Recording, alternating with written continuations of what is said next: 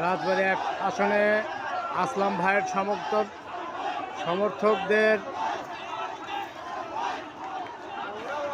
মিছিল এবং স্লোগান। আসলাম ভাইকে রাজবাড়ী এক আসনে এমপি হিসাবে দেখতে চায়।